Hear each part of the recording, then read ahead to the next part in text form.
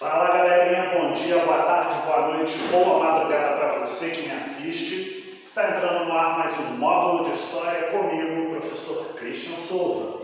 Lembrando a você que acompanha nossas videoaulas que o conteúdo aqui produzido é destinado única e exclusivamente aos alunos da rede pública de ensino do Estado do Rio de Janeiro que nesse momento de pandemia estão acompanhando as nossas aulas através das orientações de estudo que foram disponibilizadas pela Secretaria de Estado de Educação, beleza?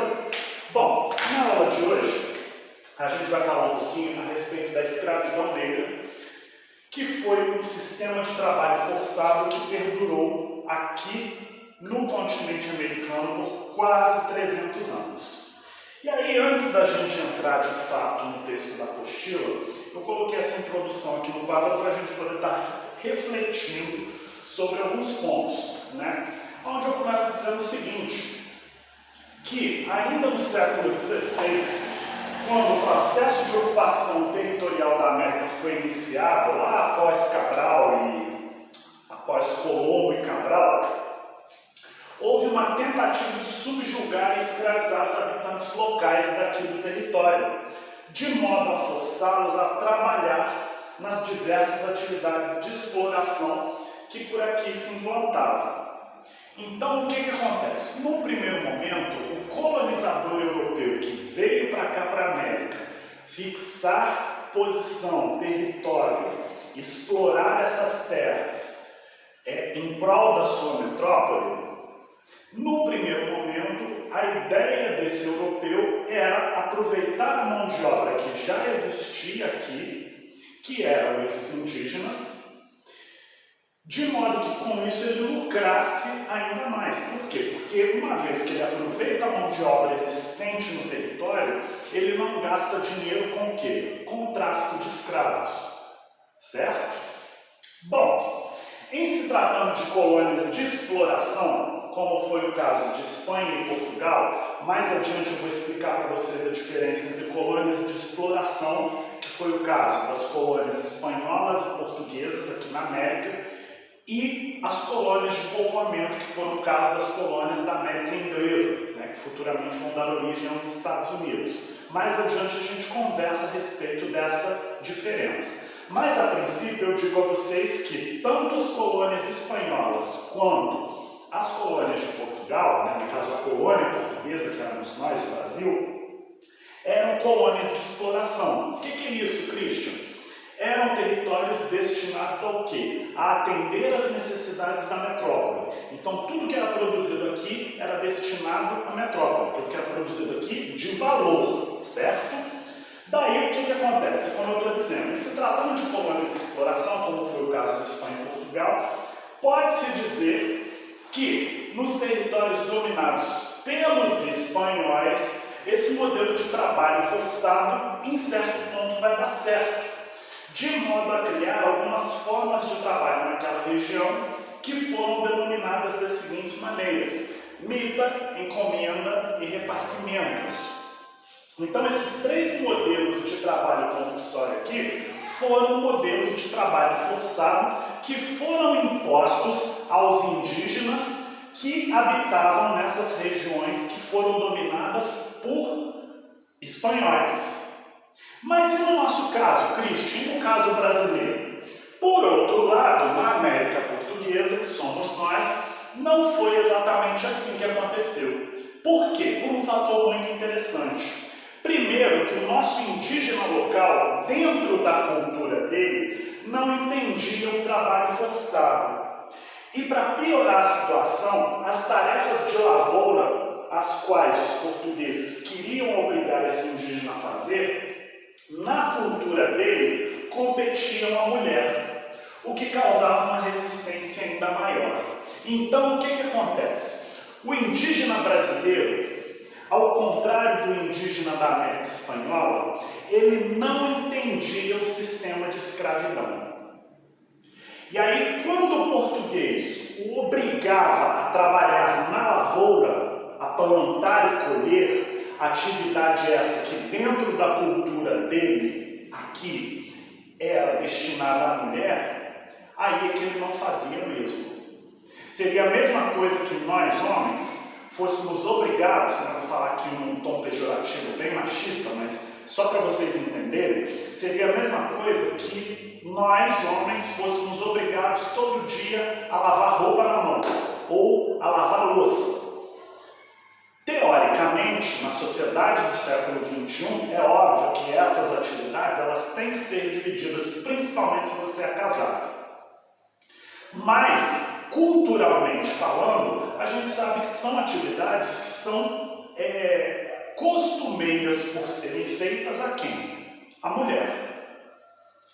Então, o que acontece? Quando o índio aqui, da América Portuguesa, era obrigado pelo português, isso o índio homem, era obrigado pelo português a trabalhar na lavoura, ele não aceitava. Porque isso dentro da cabeça dele, dentro da cultura dele, seria a mesma coisa que dentro da nossa cultura machista, ser obrigado a lavar roupa, ser obrigado a passar roupa, ser obrigado a lavar louça.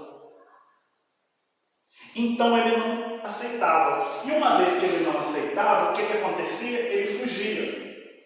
E aí tinha mais um agravante. Por quê? Como esse indígena conhecia o território, para ele fugir e se esconder era muito mais fácil. O português não conhecia. Então, ao longo dos primeiros momentos, né, no decorrer aí das primeiras décadas de colonização aqui da América Portuguesa, os portugueses entenderam que tentar escravizar o indígena local não era um bom negócio. Daí é que eu estou colocando a solução encontrada para o trabalho forçado aqui na América Portuguesa vai ser a utilização da mão de obra escrava africana. Mas, Christian, por que eles vão trazer negros vindos lá do continente africano para trabalhar na condição de escravos aqui no Brasil? Primeiro, o africano já conhecia o trabalho forçado. Por quê? Porque dentro da África você vai ter diversas etnias. Isso é uma outra coisa que a gente tem que desconstruir, né? As pessoas falam, porque todos eles são irmãozinhos porque são negros, por causa do tom de pele. Não. A África ela não é uma irmandade. Dentro do continente africano, você tem etnias diferentes, você tem etnias rivais e todos eles são negros. E uma vez que uma etnia subjuga a outra, eles automaticamente se escravizam. Christian, então quer dizer que tem negro escravizando negro dentro da África? Sim. Essa questão da cor para eles lá não importa. Então o que acontece? Por essa razão, por que os portugueses vão optar por trazer africanos para cá? Primeiro que o africano já conhecia esse modelo de trabalho. Segundo, ia-se tirar aquele africano lá da zona de conforto dele, do continente dele, e trazer para um lugar inóspito, porque isso aqui no início da colonização era inóspito. Com isso, a possibilidade de fuga ia ser quase zero. Então, só aí ele já estava ganhando, o português já estava ganhando em duas frentes. Ele poderia obrigar esse indivíduo a trabalhar, sem se preocupar com fuga, porque ele não saberia para onde fugir. E ele não precisaria ensinar o trabalho. Por quê? Porque esse negro africano já tinha o quê? O conhecimento do trabalho forçado. E aí, a partir do momento em que se descobre essas vantagens, o que acontece? A escravidão começa a florescer aqui no Brasil. E daí, conforme eu coloquei aqui, nascia assim um sistema de trabalho forçado dentro da América Portuguesa, no caso Brasil, que duraria quase 300 anos. Por que durou esse tempo todo? Primeiro porque era rentável. Então, tanto ganhavam os traficantes de escravo, como ganhavam as pessoas, os comerciantes que comercializavam essa mão de obra aqui dentro. Então, foi um negócio muito lucrativo. Por isso que durou tanto tempo. Se tivesse dado prejuízo, não teria durado tanto tempo. Vocês concordam comigo? Bom, gostaria então que vocês acompanhassem comigo a leitura da apostila, que começa aqui no finalzinho da página 10, onde ele começa dizendo o seguinte, escravidão negra. Os comerciantes portugueses no final do século XIV foram os primeiros europeus a transportar escravos a partir da África Ocidental. No século XVI, grandes quantidades de escravos foram levados para o Brasil para trabalhar nas plantações de cana-de-açúcar, que foi a primeira monocultura que foi implantada aqui dentro do nosso território. O Brasil continuou sendo o maior destino de importação de escravos africanos, até que o comércio foi proibido. As primeiras expedições britânicas em busca de escravos foram nos anos de 1560, em que os mercadores compravam escravos capturados por líderes africanos. Olhe bem o que ele está falando aqui, que foi exatamente o que eu já falei. Essa história de falar que o homem branco é o cara mau da história porque ele foi lá na África, capturou o negro e obrigou ele a trabalhar aqui. Em partes isso está errado. Por que em partes isso está errado? É como o autor da apostila está falando. Dentro da África já existia a escravidão. Não é porque todas aquelas pessoas que viviam no continente tinham uma tonalidade de pele parecida que eles se consideravam o quê? Irmãos entre si. Não. Eu posso ter a mesma cor que você, mas se você for de uma etnia diferente da minha, se eu sou Nagô e você é Jeja e as nossas etnias são rivais, quando elas entram em conflito e a minha etnia é derrotada, eu automaticamente me torno escravo da sua. E aonde que o homem branco entra nessa história? O homem branco, no caso português, como é o nosso caso aqui, ele vai comercializar pessoas escravizadas como eu com esses indivíduos que são detentores dos escravos. Então suponhamos que a gente tem aqui um embate entre Nagôs e Jejas. Os Jejas saem vitoriosos e aí os Nagôs se tornam escravos dos Jejas. Vêm os portugueses aqui e oferecem alguma moeda de troca por uma quantidade X de escravos. Esse Jejer aceita e aí com isso ele pega esses Nagôs que ele escravizou e vende para os portugueses. Então, quando eu falo aqui no quadro que o africano já conhecia o sistema de escravidão, ao contrário do índio que estava aqui, é exatamente por isso. Porque dentro da África já existia esse modelo de sociedade. Isso não foi uma invenção do português, do europeu. Isso é algo comum dentro daquele território. Beleza? Continuando aí a nossa leitura. As primeiras expedições britânicas em busca de escravos foram em 1560, em que mercadores compravam escravos capturados por líderes africanos. Durante o século XVII, com o crescimento da colonização inglesa, o mercado de escravos africanos cresceu ainda mais. O tráfico de escravo transatlântico rapidamente se tornou parte de uma rede triangular de comércio maior, na qual os brancos levavam escravos da África para as Américas, enchiam seus porões de bens para levar para a Europa, fechando então a triangulação. Os brancos levavam mercadorias como açúcar, melaço e café do Caribe para a Inglaterra, arroz, algodão e tabaco das colônias do sul da América do Norte e peles, madeira e rum do Nordeste americano. Na rota Inglaterra-África, levavam uma série de itens como roupas, armas, ferro e cerveja. Bens como marfim e couro eram levados diretamente da África para a Europa, como parte do comércio triangular, mas ainda assim impulsionando o sistema. Veja bem como é que funcionava essa questão do comércio triangular. Vou dar um exemplo aqui para vocês que vai ficar muito claro acerca disso.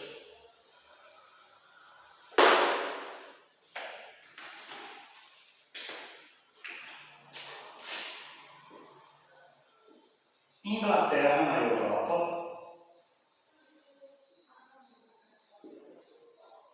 África, Américas. Ingleses iam até a Europa e trocavam mercadorias que eram do interesse dos africanos a troco de seres humanos. Então esses seres humanos vinham para cá, na condição de escravos. O que acontecia? A Inglaterra vendia essa mão de obra para a América. Certo? Daí o que acontecia? Em troca, a América dava, os colonos americanos ofereciam para esses ingleses alguma coisa de valor, quando não era dinheiro, o que era produzido aqui, sacas de açúcar, rum, algodão, seja lá o que for.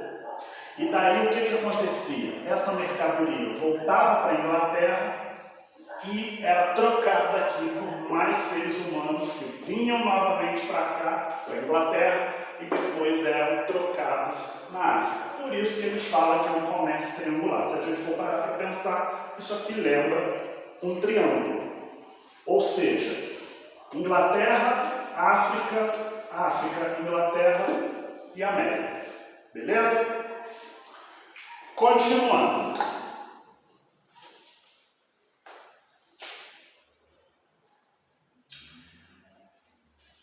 Os barcos levavam mercadorias como açúcar, melaço e café do Caribe para a Inglaterra, arroz, algodão e tabaco das colônias do Sul para a América do Norte e peles, madeira e rum do Nordeste americano. Na rota Inglaterra-África, levavam uma série de itens como roupas, armas, ferro e cerveja. Bens como marfim e ouro eram levados diretamente da África para a Europa, não como parte do comércio triangular, mas ainda assim impulsionando o sistema. A rede de comércio deu lucros enormes aos donos das plantations nas Américas, aos fabricantes na Inglaterra, bem como aos mercadores que comercializavam escravos e outros bens. Todos lucravam nesse comércio de seres humanos. Isso é importante vocês saberem. Por que durou tanto tempo a escravidão? Porque isso aqui era extremamente lucrativo, ok? Dos operadores de portos aos líderes da África Ocidental, dos banqueiros que financiavam as expedições até os operários das fábricas inglesas, cujos empregos dependiam das matérias-primas importadas do exterior, ou seja, todo mundo lucrava com a compra e a venda de seres humanos. O número de pessoas escravizadas e vendidas era enorme. Estima-se que quando o tráfico negreiro foi proibido na Inglaterra em 1807, os mercadores britânicos já haviam forçado a escravidão nas Américas um número próximo a 3 milhões de africanos. Só para vocês terem uma ideia, 3 milhões de africanos, 3 milhões hoje, é a população da capital de Minas Gerais, Belo Horizonte. Imagina a cidade de Belo Horizonte toda, com todos os seus moradores. A cidade de Belo Horizonte hoje seria a quantidade de pessoas que foram escravizadas nesse período em que os ingleses exploraram a escravidão africana, ou seja, até 1807. Um número desconhecido de pessoas nem sequer chegou à América, morrendo no percurso por causa das terríveis condições de transporte nos navios negreiros. Imagine você, hoje, para a gente chegar até a África, basta você pegar um avião aqui no Rio de Janeiro, rapidinho, 6 horas, 5, 6 horas no máximo, você já está do outro lado do Atlântico. Nessa época, não. Esse traslado de caravela, ou seja, de barco movido a vento, demorava em média de 30 a 45 dias. Agora imagine você, de 30 a 45 dias, no porão de um navio espremido, porque essas pessoas eram tratadas como bichos, como animais, Imagine você ali à mercê de doenças, à mercê de uma série de moléstias, nesse percurso aí de aproximadamente 30 dias até chegar na América. Muitas dessas pessoas, infelizmente, o quê? Não sobreviviam. Ou felizmente não sobreviviam, porque uma vez que elas não sobreviviam, elas também não eram colocadas na condição de escravas, né? Mas assim, é muito triste você imaginar isso. E é muito triste você imaginar também que a que ponto o ser humano chega de subjugar um outro ser humano à condição de coisa, né? Isso é algo para a gente poder estar refletindo. Prosseguindo. O grito agudo das mulheres e os grunhidos dos que morriam davam à cena um horror quase inconcebível. Essa frase é do Olaudá Equiano, que é um escritor africano e um escravo liberto na data de 1789. E aí o autor continua, dizendo que essa transferência involuntária de milhares de africanos para as Américas, mas também para a Europa e Ásia, ainda que em número menor, caracterizou um fenômeno que costumamos chamar de diáspora africana ou diáspora negra. O que é isso, Christian? Que nome esquisito é esse? Diáspora. É o que ele está falando lá embaixo. Na diáspora, os africanos reinventam e transformam a sua identidade, mas buscam manter viva, ainda que transformada, a memória e a cultura de sua terra natal. Então, ou seja, esses indivíduos eles eram tirados à força do seu território, eram obrigados a vir para um continente que não conheciam e nesse continente eram obrigados a trabalhar de forma forçada. Então, o que acontece? Para eles poderem ter um mínimo de ligação com a sua terra natal, eles promoviam essa diáspora. E o que seria essa diáspora africana? Eles vão recriar aqui dentro do novo território no qual eles estavam, no nosso caso aqui da América, crenças, costumes e a cultura que eles tinham lá. Não é à toa que muito da cultura africana hoje está incorporada na cultura brasileira. Traços da religiosidade, traços da cultura, traços da culinária. Por quê? Porque tudo isso, né, foi mantido vivo na memória dos nossos ancestrais, que vieram nessa condição de escravos para cá. E aí, com isso, foi se passando esse conhecimento de pai para filho até chegar nos dias de hoje. Então, isso é que é a questão da diáspora que ele fala aqui. Continuando aí. No Brasil, as dificuldades da escravização de indígenas e a necessidade crescente por trabalhadores vão levar os senhores de engenho a investir na aquisição de escravizados de origem africana. Isso não significa que o trabalho indígena tenha desaparecido completamente. No entanto, a maior parte das atividades nos engenhos eram realizadas pelos africanos escravizados. Eu falei com vocês no início da aula que os portugueses eles vão dar prioridade ao trabalho da mão de obra escrava africana do que da mão de obra indígena. Mas não necessariamente quer dizer que a mão de obra indígena vai entrar em desuso total. Não.